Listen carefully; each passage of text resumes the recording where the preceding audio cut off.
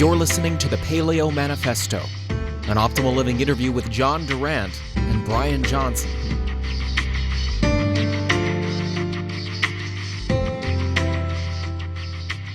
Hi, this is Brian. Welcome back to the Optimal Living interview series. Today I'm thrilled to be chatting with John Durant, who wrote the great book, The Paleo Manifesto, Ancient Wisdom for Lifelong Health. He's up to all kinds of awesome stuff. You can learn more about him at huntergatherer.com. And I'm excited to unpack some of my favorite ideas. John, I appreciate you taking the time, and I'm looking forward to exploring. Yeah, same, Brian. Thanks for having me on. All right, so let's start at the top. I want to hear just kind of the origins of even the word Paleolithic. I had heard it a bunch of times, but I like the way you articulate it. And then I also want to chat about the 5 stages of existence, because you make the really important point that it isn't just about being paleo per se. It's about kind of transcending and including everything that's come before. But can you start from the very top and talk to us about what it means, Paleolithic, and then we can walk through those different stages? Yeah, so Paleolithic, paleo means old, lithic means stone, so it means old Stone Age, and refers to the roughly 2.6 million year period when we it starts when we first see stone tools made by sort of proto-humans in the archaeological record, and then ends with what's called the Neolithic Revolution or the Agricultural Revolution, roughly about 10,000 years ago. It's an interesting period of time because a lot of what makes humans who we are today, a lot of human nature evolved during that period. It doesn't mean that evolution has stopped. It doesn't mean that we can't adapt to new things. It doesn't mean that life was perfect in the Paleolithic. But in this era where there's so much madness and confusion about how to be healthy, it's a good starting point.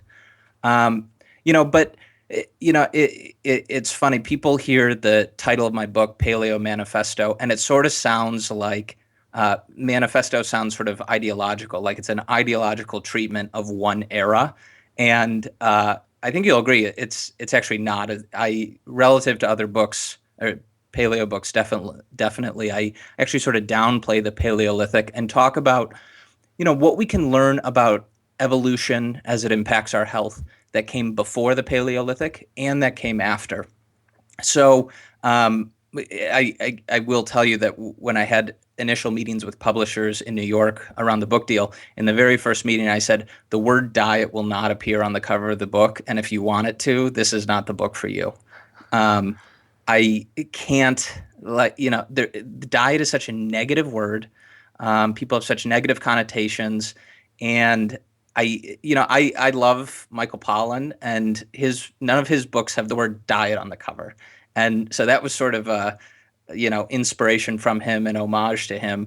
So here's how I structure the book. I have 5 ages of existence: the animal age, so sort of pre-human, Paleolithic age, agricultural age, once we start domesticating plants and animals and become farmers and herders, the industrial age, after the Industrial Revolution and machines and all that, smokestacks and all that, and then the information age, the digital revolution, the computer age, and I tell stories about what we can learn about human health, both in the past and as it relates today from those. So in the animal age, I take a field trip to the Cleveland Zoo to learn how to keep Western lowland gorillas healthy in captivity.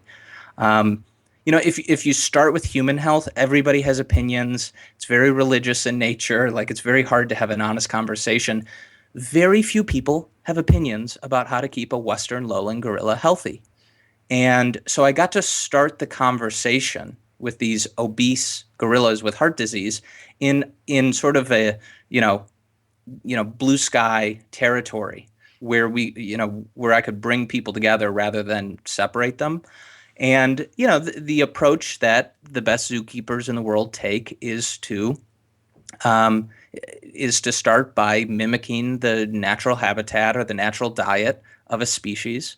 It doesn't mean that it can't be improved upon. It doesn't mean we have to get rid of, hygiene or antibiotics if an animal has an acute infection.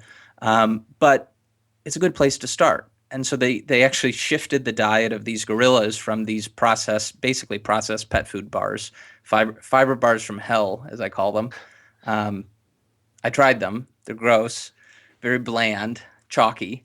Um, but but they shifted them to a biscuit-free diet of plants and stems and roots and things like that, and a little bit of fruit, not a lot. And miracle of miracles, all these health problems went away in the gorillas. And the cool part of it is, first of all, they didn't use the word paleo. They You didn't have to have a PhD in biochemistry to understand everything to get good results. You could use sort of a hacker's mentality and say, this is, we might not get everything right, but by making this switch, we stand a decent chance of seeing some results, and they did, and not just with obesity and blood work and signs of heart disease and things like that. They also had behavioral improvements. The gorillas previously would pluck their hair obsessively, and to the point where they would have bald spots. And that behavior receded almost entirely. And then they also had a regurgitation behavior where they would, once they were done eating the biscuits, which only took them about 15 minutes, they would regurgitate them onto the ground and then eat them again. Gorillas in the wild spend almost all their time foraging and eating. They are evolved to do that. They are adapted to do that. And so, if you are sort of meant to be munching on stuff all day and suddenly you don't have that option, the wiring gets screwed up, and it's like, what's going on here? So that was sort of my way of introducing people to this evolutionary approach, to say, like, here's a reasonable starting point. And then, I get into I'll give you sort of a brief summary of the other four, a little bit shorter than that. In the Paleolithic age, I had an opportunity to go to Harvard's fossil archives. Harvard has this incredible fossil collection. Most of it, is just for scientific research, and it's not on display to the public. And I got a tour of the archive by Professor Dan Lieberman. Some people may have heard of him because he was the professor who did some of the studies around minimalist or barefoot running. Really, really thoughtful guy. And I actually have to give some credit to him because he pushed me to be less dogmatic around some of the paleo diet stuff. And that was helpful. But I got to hold this 80,000-year-old hunter-gatherer skull from modern-day Israel. And that was an experience in itself. And I was just like, do not drop this. It was over. Yeah, exactly. It was over a table, and I was wearing the appropriate, protection and gloves and things like that. But what was so amazing about this skull was this guy had an almost perfect set of teeth. All of his teeth came in, including his wisdom teeth. They were straight and no cavities. He had lost one tooth due to an abscess, so things weren't perfect, but remarkably good and much better than most people would think. I gave a talk at my old high school, and half these kids are wearing braces or retainers, things like that, and they think it's normal to have all your sort of dentition a little bit messed up, and and I used that to sort of introduce this idea that there's a difference between normal and common. Just because something is widespread doesn't mean it's necessarily biologically normal. But we looked at this skull, and so this guy was robust and healthy and about 5'10", 5'9.5", something like that, which was remarkably tall for that era and would be a normal height today. And then we went and looked at some skeletons of early farmers, and it was painful just to look at them. I mean, just brutal teeth that are worn down, lots of teeth missing. Adult males that were 5 feet tall, 5'1". It looked absolutely painful.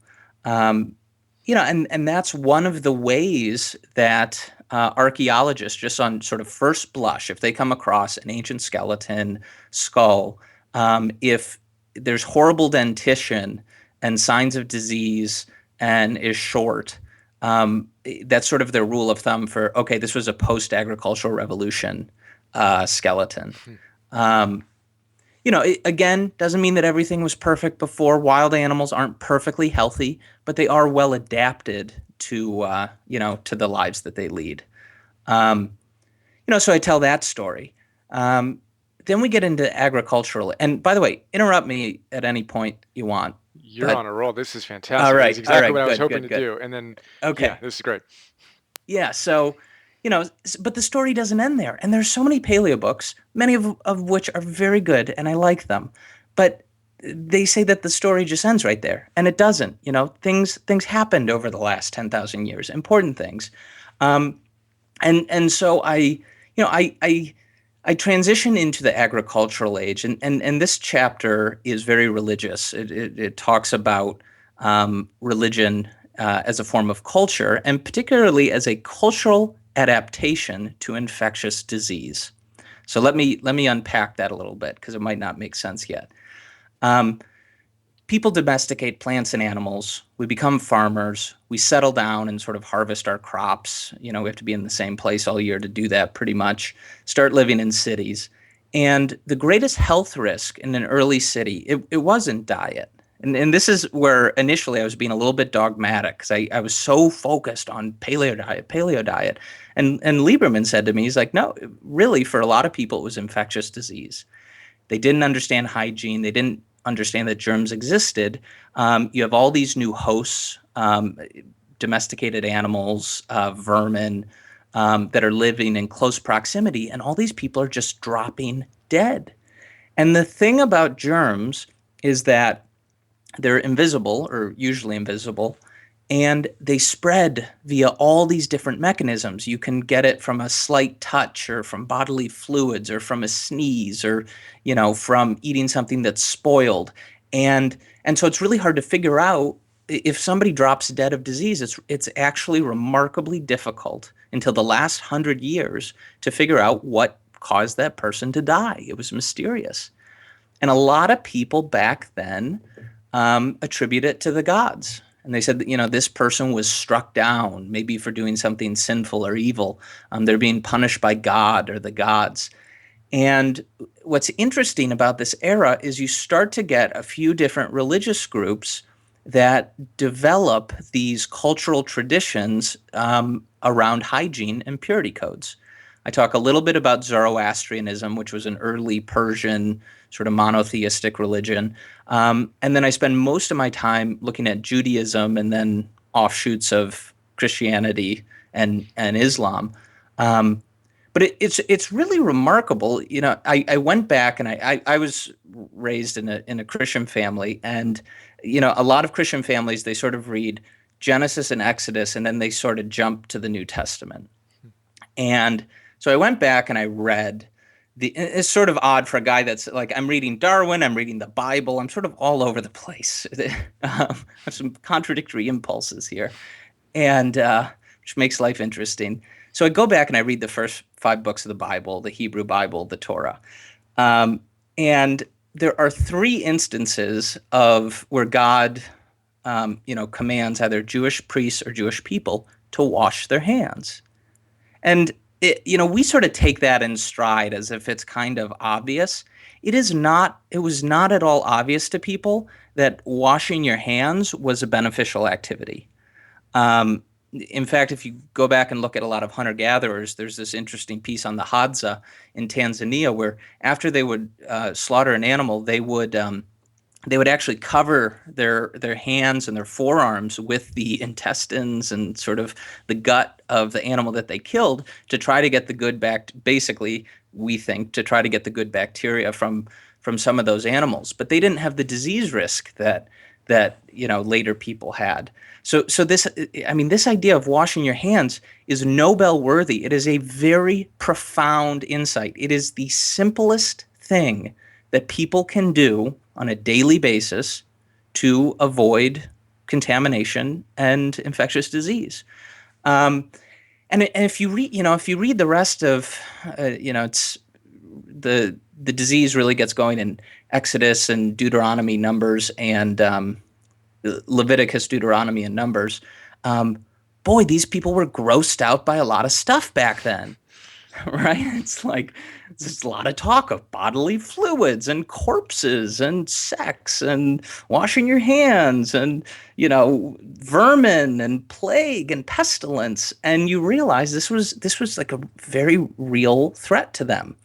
And when you go through, there's actually a very large and old scholarly history of rabbis and other scholars who have looked at how different aspects of the Jewish tradition and what's called the Mosaic Law um, relates to hygiene and infectious disease. So I'm not the first one to point this out. I do sort of aggregate it in what I think is a novel way and sort of describe how some of these laws and rules emerge and sustain themselves. But hand washing, bathing, not eating anything that died of its own accord. So, farmers know this. We sort of forget if we're not living on the land, but farmers know that if an animal drops dead in the middle of the field, it's probably infected, and it's a bad idea to eat it.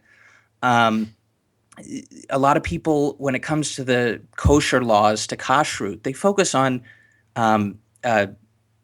pork and shellfish. But pork and shellfish they're not actually singled out. They don't necessarily have pride of place in the actual Mosaic Law. What the Mosaic Law gets right, that's even more important than pork and shellfish, is don't eat anything that's died of its own accord. Stay away from corpses. Don't touch them.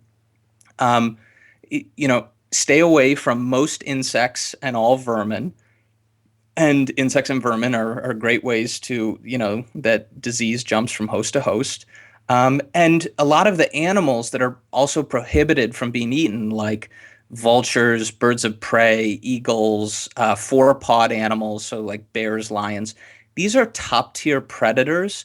And top-tier predators in the wild, and again, farming people would know this, but top-tier predators in the wild will eat corpses that are lying around. They'll eat vermin. They'll eat a lot of the things that can potentially transmit disease. And like I said, farmers know this. Like if something drops dead in a field, farmers know what animals come along and pick it clean. So it may sound a little conspiracy theory esque to us, but it wouldn't have to them. It would have seemed more pragmatic.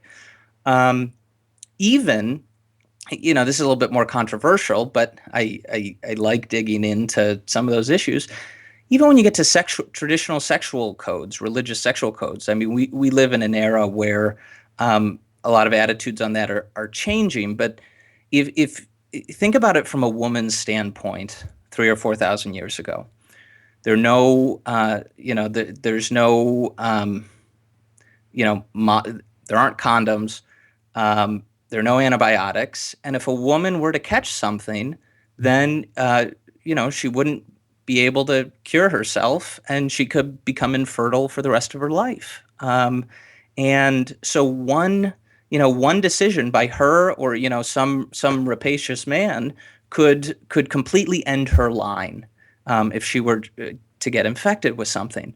So the reality is, in that era, like we can have a separate conversation about today, but in that era, lifelong monogamy or something close to it you can think of it as an effective way to avoid infectious disease and STDs. When you realize that the downside costs are so great, you could see how some of these traditions might evolve and emerge. There are parts of sub-Saharan Africa. It's actually been improving, but there have been parts of sub-Saharan Africa where over 15% of women become infertile during what are sort of typically childbearing years due to STDs. And so there can be a enormous selection pressure for behaviors and attitudes that help people avoid these things. So that I could talk. We could have a 2-hour podcast just about that chapter. I love it. No I doubt. spent more time on it than the next 3 chapters in the book combined, because if you're talking about religion, particularly other people's religion, you better get your facts right. Um, but here's the point. Here's the lesson that I wanted to draw from that chapter. In addition to sort of, evolution doesn't stop at the end of the Paleolithic. Culture is very powerful, and I sort of use the word culture in two different ways. There's the culture of ideas and beliefs and traditions and practices, but there's also the culture of bacterial culture, like when a doctor takes a throat culture. And those two things are remarkably intertwined. Ideas and beliefs, they change quickly. They sort of behave like they're alive sometimes, but they're not actually alive. They're invisible. They flourish in dense networks like cities. Um, and so, as infectious disease rose to prominence in this era, it stands to reason that ideas and this other form of rapidly evolving culture would be the way that we would fight it. So it's from this era where we get all these really interesting cultural traditions. And so what I emphasize to people is, don't just because a cultural tradition is old doesn't mean it's necessarily out of date. We should, even if we don't understand it, we should pause for a moment and see if there's a reason for it. So fermentation practices, right? Fermentation is a great way to harness the power of microbes to create something healthier. Whether that is um, fermenting wine, which in early cities was safer to drink than water, which was often polluted and infected, or ways of fermenting milk into dairy, and even there are a lot of forms of dairy that even if you're lactose intolerant, that is more edible than drinking milk. Cultural traditions like spices. There are all these papers showing how spices have an antimicrobial effect. And so you get a lot of these dishes in sort of hot equatorial cuisines like Indian cuisine, very spicy, particularly in meat dishes. Well, those spices had a function. They helped kill any germs or pathogens that might have been present, making the food healthier. And people didn't have to understand how these traditions worked. They didn't have to understand that germs existed. They just had to follow them. And so there may have been stories, that got people to follow them but were otherwise extraneous. But we know today, like, okay, maybe there was some wisdom in that tradition. So that was really the big picture point of that chapter. And later in the book, whenever I talk about sort of cultural traditions, a lot of them have to do with things that help us avoid infectious disease. It could be sweat bathing and saunas. It could be fasting traditions, which were also, incorporated into many religions. So that was sort of the thrust of that chapter. The next chapter was the industrial age, and that one was really fun. I did a lot of work on. I focused on the UK. Great Britain went through the Industrial Revolution first, machines and factories and fossil fuels and things like that, and this radically changed how people lived in just a few generations. And we got indoor lighting. We moved indoors. A lot of our work eventually became less laborious. Our diet changed. We started to get industrial processed food, and because Britain went through the Industrial Revolution first, they actually faced a lot of health problems before other cultures. So, people like to joke about the British people having poor teeth, and ha ha ha, But the reality is, if you actually look at the dentition of people living in London in the 18th century and things like that, just absolutely horrid dentition, and it was a major public health issue in Britain before other places, because in part, Britain had large amounts of industrial processed sugar in their diet before other people. And their diet became heavily concentrated on, cheap processed grains and cheap processed carbohydrate before other people. To give you another example, the British were they were the first to really get a lot of rickets. Now, rickets is a disease of vitamin D deficiency, and people probably have images in their head of sort of small children living in tenements, and they have these really horrible looking twisted bones, and it's a very sad image. And it was rickets was actually called the British disease because it appeared there before other places. It actually appeared first. We have these images of these poor tenement children. It actually appeared first among the rich, because the rich could afford to stay indoors all day and not have to go work in the fields. And they had these nutrient deficient diets of pastries and sweets and things like that, which at the time were a luxury. And so they were the first to get chronic vitamin D deficiency. And so it started as a disease of the rich concentrated in the UK. So, you can sort of imagine, everything's accelerating with the Industrial Revolution, and the British are right at the forefront of it, and they get destroyed, in many ways because of it.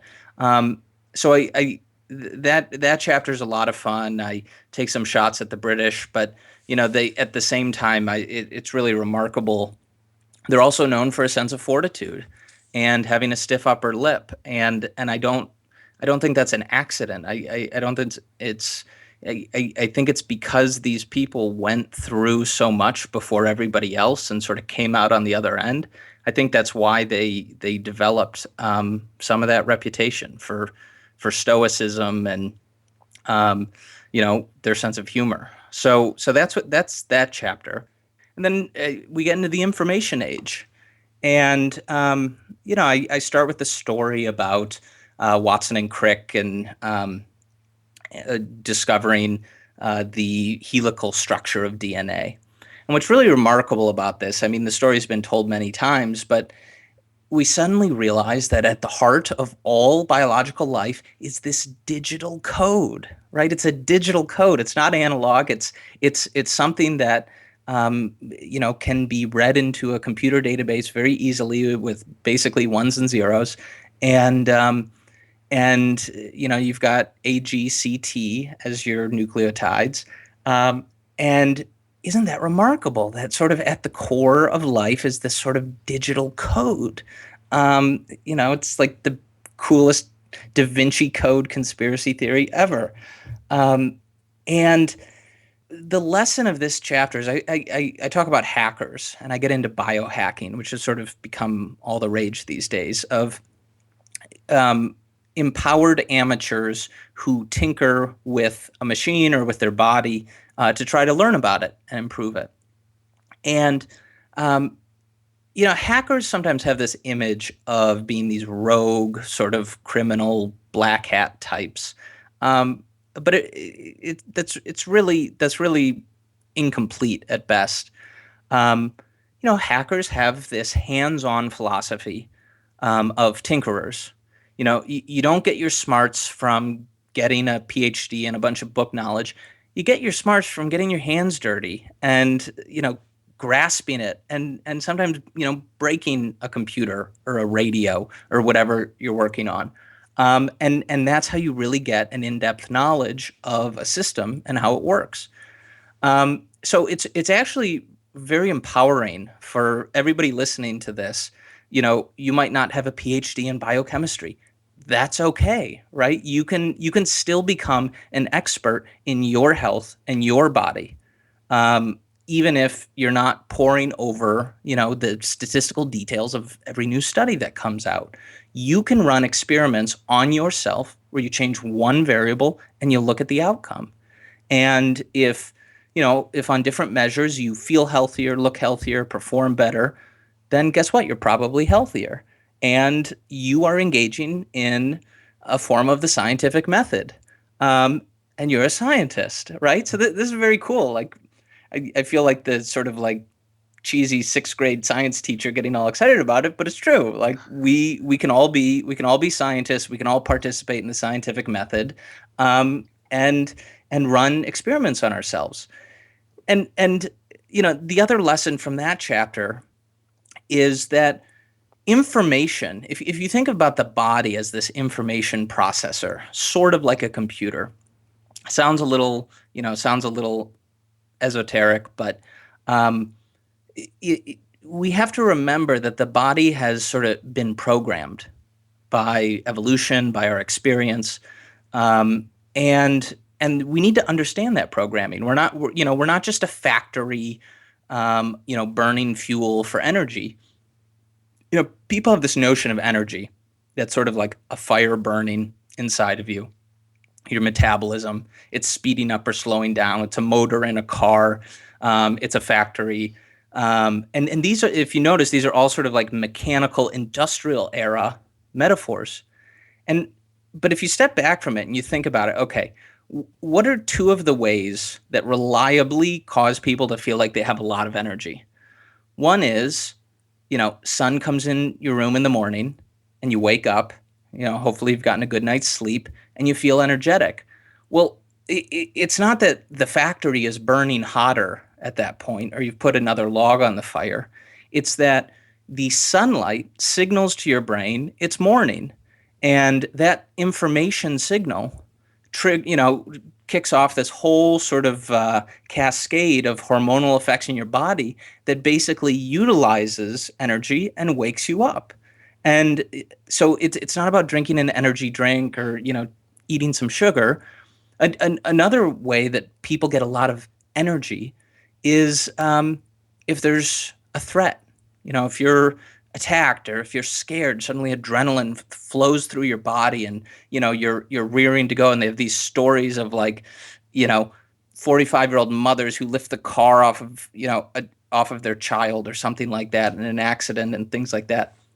And what's really going on here, it's not that suddenly they had a power bar or an energy bar. It's that a perceived threat, so information comes in through our senses, gets interpreted by the body as, holy cow, we need to get moving. We need to energize. We need to, lift or run or sprint or fight or flee. And the body responds to that information with the appropriate hormones and everything else to give us a lot of energy. So we need to start thinking about the human body in terms of information, and what signals are we sending. So many people, they go to bed or try to go to bed and have difficulty, but all this light is coming into their eyes from their computer screens and our phones and our TV screens. And when that light comes into our eyes, it tells our body thinks it's daytime. It's a signal, right? It's information, and our body interprets that as daytime. And so it's hard to get to sleep. And then, in the morning, we struggle to wake up because our circadian rhythm is out of whack. So, this chapter is really about challenging us to think about the body in a more sophisticated way, sort of like a computer. We need to send it the right signals. We need to put in the right, inputs so that we get the right outputs. And the way to interpret a lot of those signals is often going back to the Paleolithic. And then, it's this story of empowerment, of experimentation, and everybody can be a scientist and a hacker and find ways to improve their own health and customize their health. I mean, experiment. Maybe a quote perfect paleo diet isn't perfect for you because of your genome or gut microbiome or allergies or injuries or tastes or preferences or budget or anything, and that's fine. You could use it as a starting point if you want to try it, but then customize it and make changes and see what results you get. And if you end up on something that includes grains or includes dairy, fine, great, that's wonderful. And So customize something, and if it works for you, that's wonderful. You've succeeded. Everybody doesn't have to end up eating the exact same way. Right on. Well, thanks for the tour through our 5 stages. Animal, Paleolithic, agricultural, industrial information. That is awesome. And John is a great storyteller now and in the book, kind of walking us through all those experiences from you holding the skull through Moses's code, right, all the way through. It's been fascinating to read and now hear your perspective. I'd love to touch on a few of my favorite kind of practical applications for a moment. One of the biggest ideas I think you make is the fact that when we why is it that certain various approaches will work, right? And you talk about when you head into a forest, you won't find a fountain of youth, but you will find some poisons, right? And eliminating stuff is often more important than adding stuff. Can you talk to us about that? And then I want to drill in a little bit more from there. But can you give us a Yeah, high level on that? yeah. Again, part of this insight only comes about because we're distanced from nature and living in nature. But if you are in the woods, if you're in the forest, if you're out in nature somewhere, um, you can eat one thing that will kill you. You can eat, some poison berries. A lot of plants can give you an upset stomach, and some of them can kill you. Plants are nature's chemists. They are the source of our medicines. They are the source of our poisons. They can be really good or really bad depending on which one you have. So there's stuff out there that can kill you, but there's really nothing out there that you can eat that is going to immediately make you perfectly healthy or add 10 pounds of muscle or help you get rid of the spare tire around your waist. There's no fountain of youth. It's asymmetrical. So that there are things that can give you big downsides, but there aren't really a whole lot of things that can give you an equivalent massive upside. And so when we think about being healthy and what a healthy diet means, a lot of times it means getting rid of some of these, poisonous may be a strong word for some of these things, but unhealthy foods that can have a severe negative effect on your health, whether it's tons of sugar, high fructose corn syrup, things like that. But I think that people are a lot of times mistaken around superfoods. Where people pay all sorts of money to.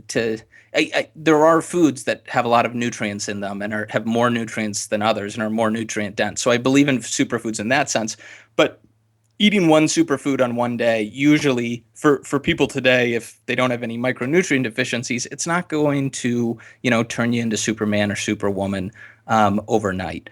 So, a lot of different dietary approaches often work at the beginning, whether it's paleo or vegetarian or something like that, because if it gets you off of all of these sort of poisonous foods or a standard industrial diet, you're going to get good results. So that's sort of one perspective on poisons versus the fountain of youth. What was the second part of your question? Well, so then this is great. That was exactly what I was hoping to shine some light on. And then, from your experience and research and perspective, what are the things that are just kind of those universals? Look, asterisks next to this food. You mentioned sugar, for example, and high fructose corn syrup. Everyone's going to agree that we don't want to increase our sugar intake. Um, what else falls into that list of things that people who may not be in paleo yet should be thinking about as potential toxins?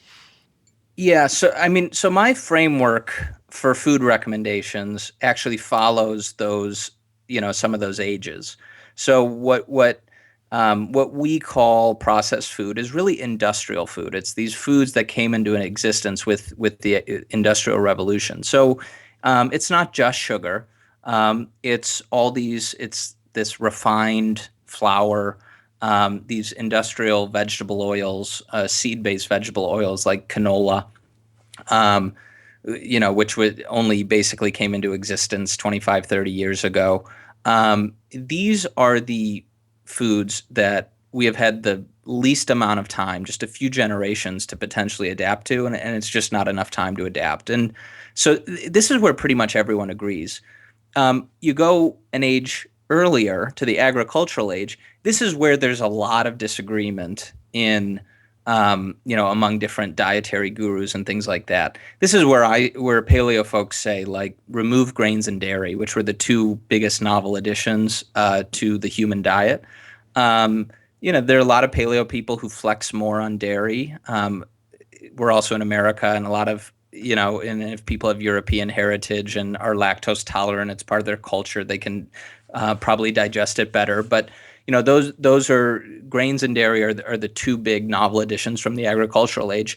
But I really recommend that when it comes to cultural practices, going back to what I talked about before, that we really pay attention to traditional cultural practices around food preparation and cooking, because there's often a health reason that we neglect. It could be pairing wasabi with raw fish. Well, wasabi has antimicrobial properties, and it's a good thing to pair with raw fish if you're eating it. It could be fermentation, and there's all this new science coming out on the gut microbiome, and the benefits of having sort of a diverse, gut health or microbes in your gut. So I'm drinking kombucha, and I'm eating live culture foods and sauerkraut and kimchi, and I occasionally take a probiotic. And so I'm doing that.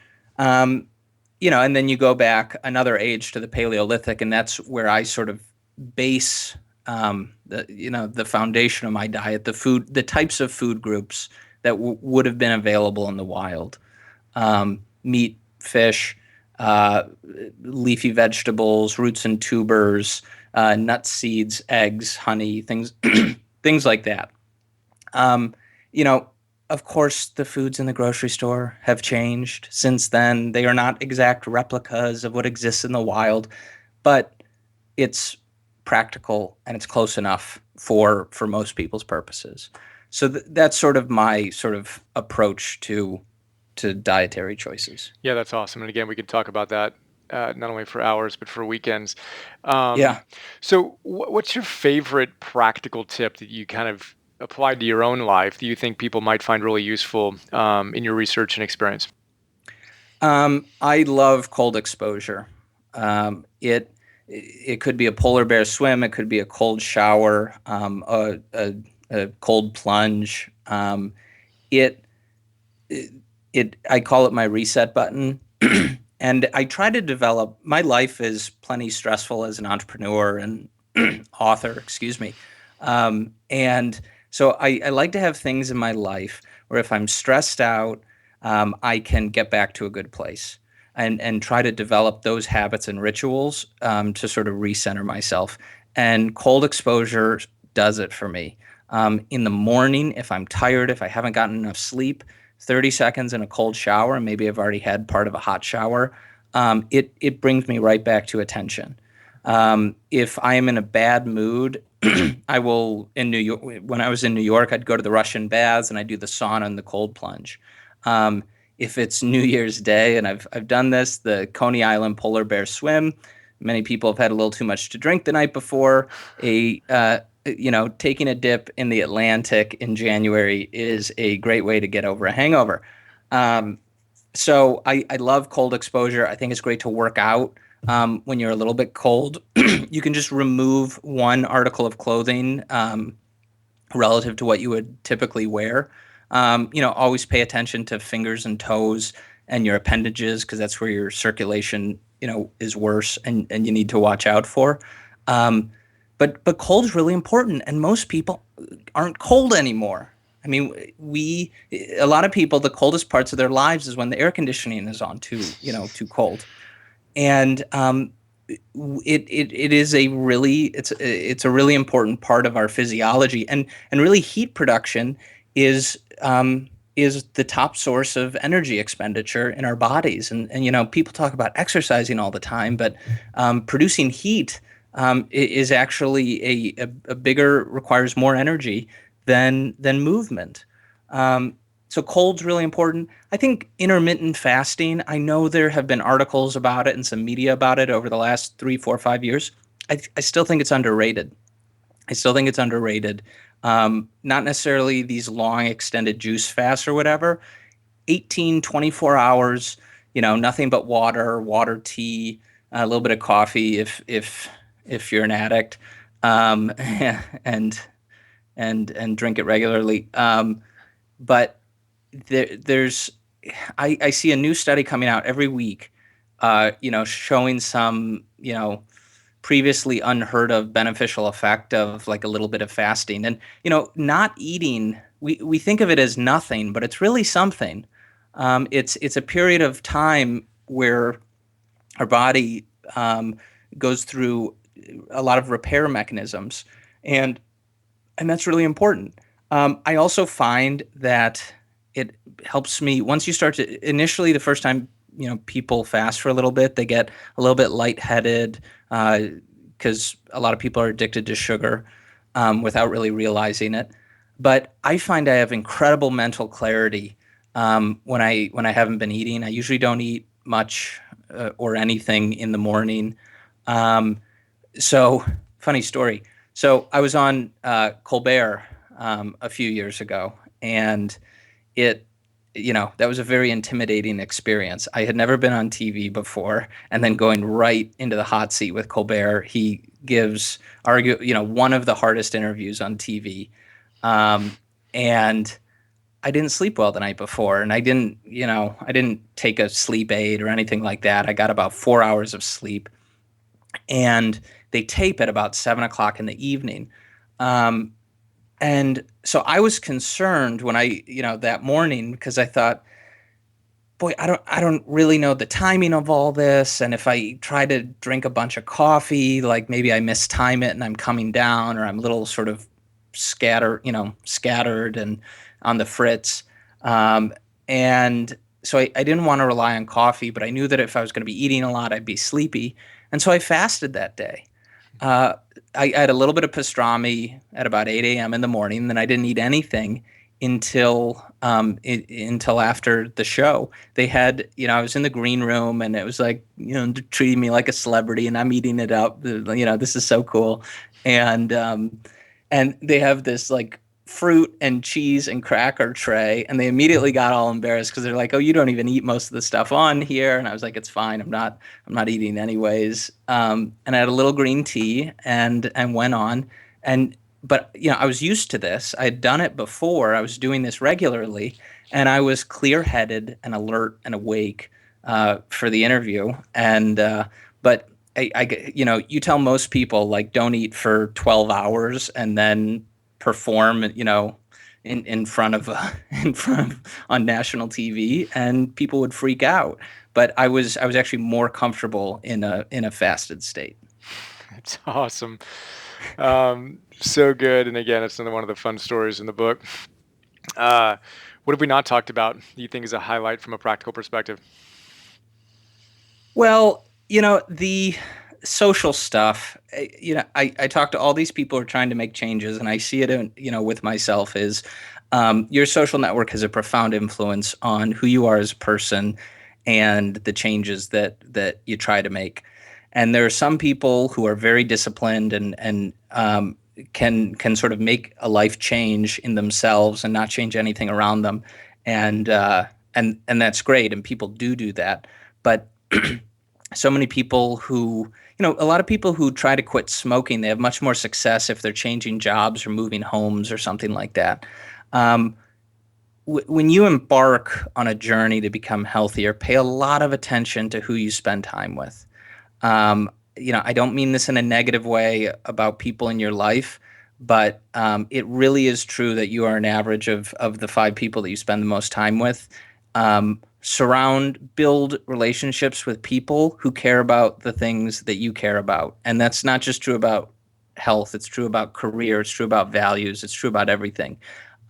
So, if you're trying to make a change, think about, okay, let me, meet some people at a CrossFit box, or some coworkers are going to, do this Spartan race with me, and we're going to all be in it together. Or you have a conversation with your spouse about trying to support you in these things and have other people go along with it, because the social side is just, it is just so important. So that would be my big takeaway. That's awesome. Right on, John. Well, thank you so much for taking the time and doing all the work and sharing the wisdom. I mentioned your site before. Is that the best place for people to follow you and to stay up to date on what's going on? Or do you want to tell us anything else that's going on that You they know, might? I actually don't blog very regularly at huntergatherer.com. People can, I'm doing some venture work. People can find me at wildventures.vc. Mhm. I am on Twitter, though. I do sort of shoot from the hip, and it's not always PG, but I'm at John Durant, JOHNDURANT. So be forewarned. But that's where you can usually find me. Right on. All right. Well, I'm thrilled to be connected. Yeah, this was a blast. Thank you for having me on the show. And thank you for, really caring about a lot of these ideas and not just sort of like, tell me exactly what to eat. Because, you need some of this framework and the ideas to click into place so that it becomes a lifestyle change, not just sort of a one-off sort of failed experiment. Yeah, right on. Well, you mentioned, just to continue that thread for a moment, we're really big in my work in our community on experimenting. It's all data. Just do the work, figure out what works and what doesn't. And for me, there is no one path, right? It's what is your path, and how do we explore all these ideas and put them into the lab, see what works, and continue to cultivate our own optimal kind of practices. So I appreciate your exploration and the how clearly you articulate these fascinating ideas, and then thread them together in a novel way, and then ultimately share it in a practical way. So good stuff. Look forward to much more in the future. Yeah, same. Thanks, man. Hi, this is Brian. A lot of people don't know all the stuff I do beyond these free videos I share on YouTube, so I thought I'd do a quick video to give you an overview of our membership program that you can get access to and get a ton of other stuff. So here's a quick look. $10 a month, join the Optimal Living membership program. You get instant access to 250 philosopher's notes on some of the best optimal living books out there. Old school classics, positive psychology, modern stuff, mindfulness, peak performance, purpose, neuroscience, wealth, etc. And what you may not know is that in addition to the PNTV episodes, I create PDFs on all of these great books. So 6-page PDFs. Let's take a look at one of them. Joseph Campbell. You want to figure out how to live your hero's journey. Well, this is a great place to start. I basically pull out my favorite big ideas, riff on them, connect them to other books and other ideas, and help you apply this wisdom to your life today. That's what the PDF looks like. Again, we have 250 of these on all these different great books. And then I record those PDFs as an MP3. So you can listen to that MP3 while you're on a walk or working out or doing some errands or whatever. That is Philosopher's Notes. A lot going on there. And then in addition to Philosopher's Notes, you get access to Optimal Living classes, Optimal Living 101. Idea here is that all those great teachers come back to the same big ideas again and again and again. I distill those ideas into classes. Super practical, fun, inspiring classes ranging from Habits 101, Confidence 101, Getting Stuff Done 101, Meditation 101, instant access to all those classes. And then future classes include Relationships 101, Energy 101, Purpose 101, Business, Goals, etc. Those are our full-length classes. And then I create micro classes, 2 to 3 to 5 minute little bursts of wisdom on my favorite great ideas from these great books across the domains that you want to optimize in your life. So we have dozens of these so far. I create 50 new micro classes every month and 10 new Philosopher's Notes every month for $10 a month. So we're blessed to have thousands of members who are enjoying the program and sharing some incredibly kind words with us. And super simple, $10 a month, cancel anytime. Would be honored to be a bigger part of your life. And I appreciate your support. And here's to optimizing and actualizing.